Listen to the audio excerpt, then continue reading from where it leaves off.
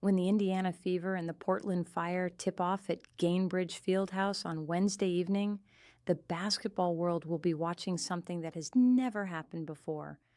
Two franchises meeting on a professional court for the very first time, with the stakes of a season, the weight of history, and the electric presence of Caitlin Clark, all converging into what promises to be one of the most compelling regular season contests in recent WNBA memory. But what unfolded and what led up to it was nothing short of total chaos, and none of it was scripted. This is not merely another regular season game. The Indiana Fever and the Portland Fire have never shared a court at the professional level. The Fire, along with the Toronto Tempo and the Golden State Valkyries, are among the WNBA's newest expansion franchises for the 2026 season, a landmark expansion that brought the league to 15 teams for the first time in its history. For the Fire, this road trip to Indianapolis marks their first ever visit to Gainbridge Fieldhouse, stepping into one of the loudest, most passionate arenas in the entire league. The context surrounding this matchup could not be more loaded. The Fever entered the game carrying a 2-2 record, battling through an inconsistent start to the season that has been defined as much by adversity as by brilliance.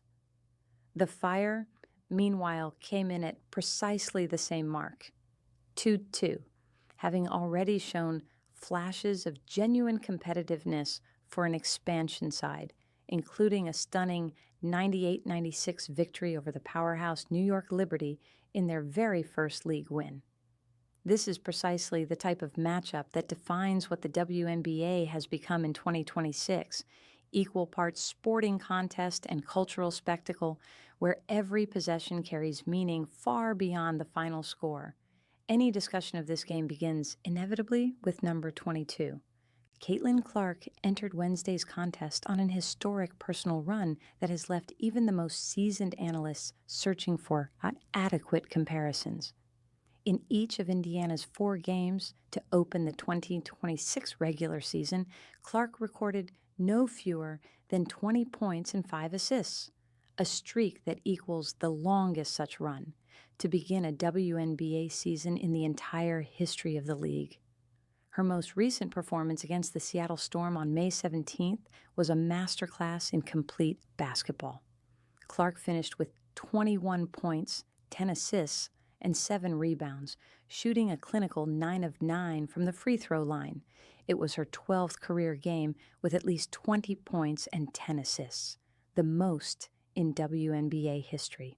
She did all of this in just 24 minutes of playing time, a testament to both her efficiency and the Fever's increasingly fluid system under head coach Stephanie White. Clark enters the Portland contest averaging 24.3 points and 9.0 assists per game this season, leading Indiana not just in production but in purpose.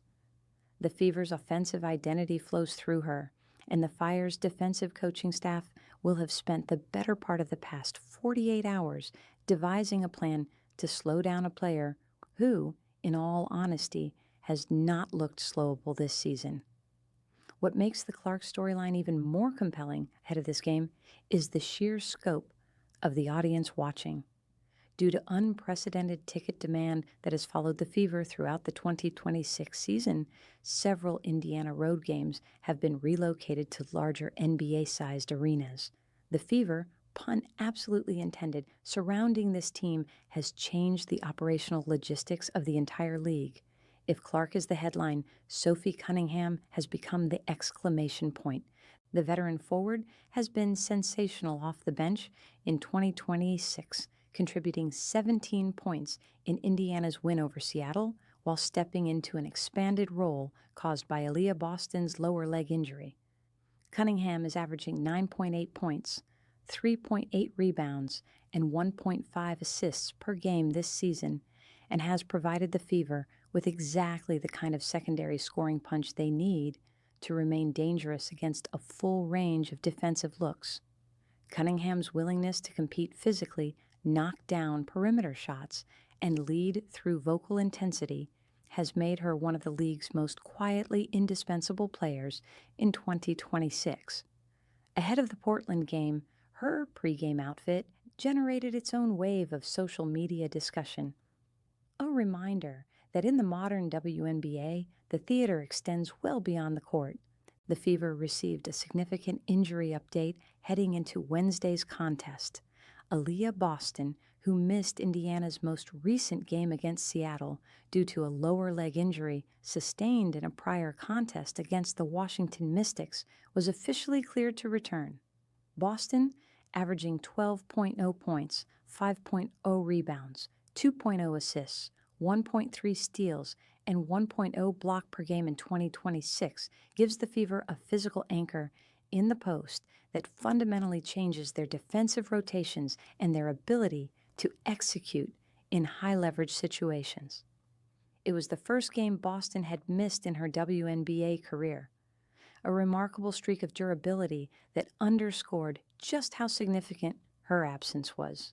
Maisha Hines-Allen stepped into the starting lineup against Seattle and delivered a respectable 8 points, 6 rebounds, and 4 assists. But the Fever play a distinctly different brand of basketball with Boston on the floor. Her return against Portland is not just good news for Indiana, it is a warning signal for the Fire.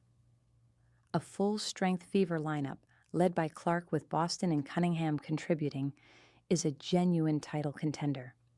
The 2026 WNBA championship odds reflect this. Indiana entered the week with the 4th best title odds in the league, behind only the Las Vegas Aces, New York Liberty, and Atlanta Dream. Here is where the narrative takes a genuinely interesting turn. The Portland Fire are not here simply to fill a schedule slot. They came to Indianapolis with a 2-2 record, legitimate talent across the roster, and a chip on their collective shoulder that is common to every expansion franchise that has ever fought for respect.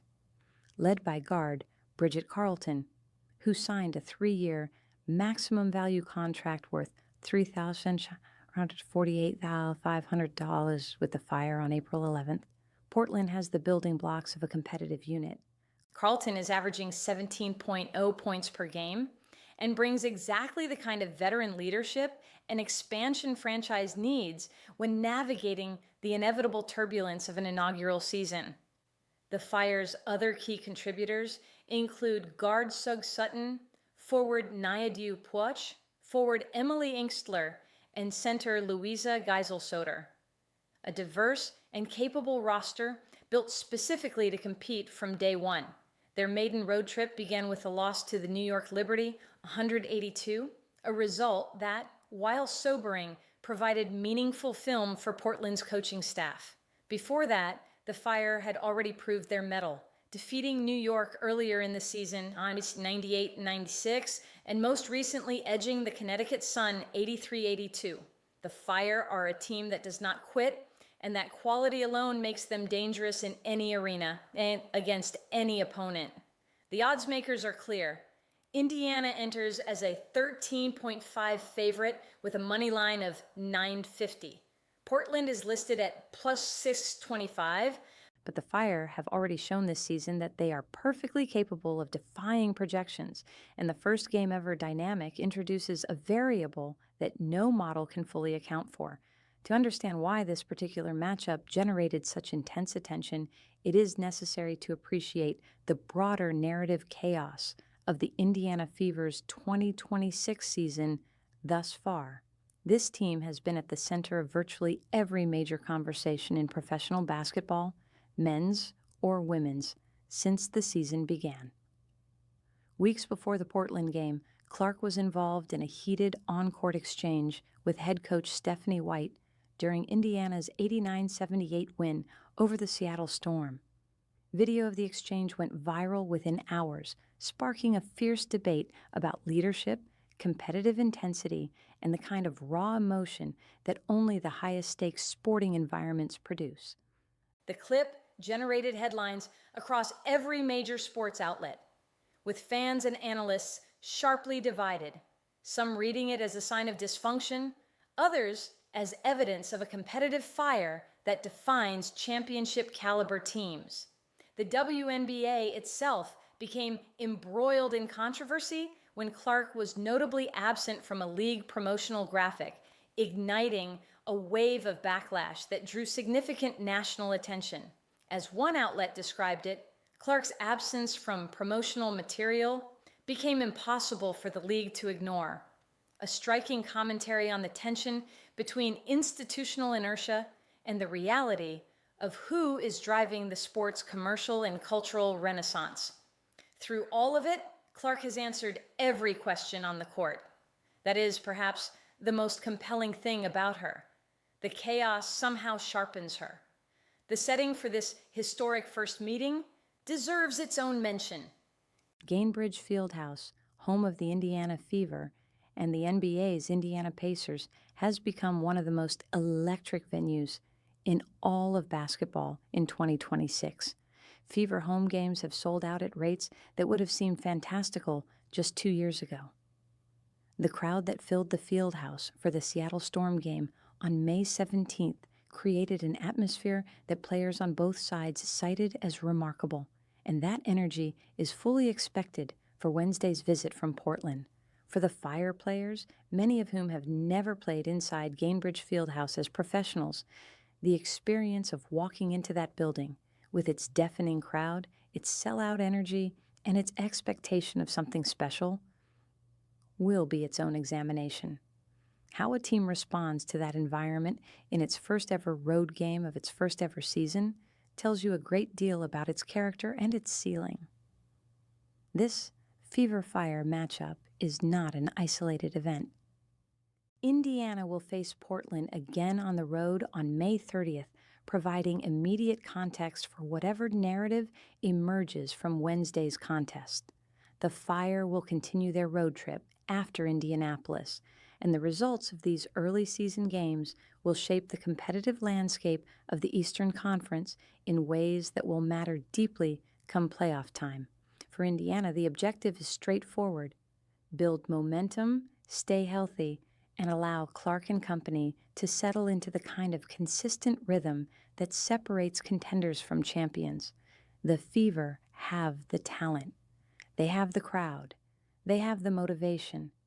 Wednesday night was their opportunity to remind the league, and one expansion franchise in particular, exactly what kind of team they are.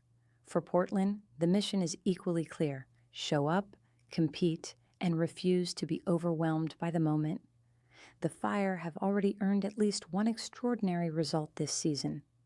Another on the road against Indiana at full strength would announce their arrival as a franchise in the most convincing terms possible. The Indiana Fever versus the Portland Fire on May 20th, 2026 is the kind of game that, 5 years from now, people will remember for reasons they may not be able to fully articulate yet. It is a first, a beginning, a moment where a newly formed franchise steps into the brightest light the sport has to offer and either rises to meet it or is reminded of how far the journey still extends. Caitlin Clark will be extraordinary. Portland will refuse to go quietly. And Gainbridge Fieldhouse will produce the kind of noise that rattles the bones and reminds everyone in attendance why they fell in love with basketball in the first place. Total chaos? Almost certainly. Magnificent basketball? Absolutely guaranteed.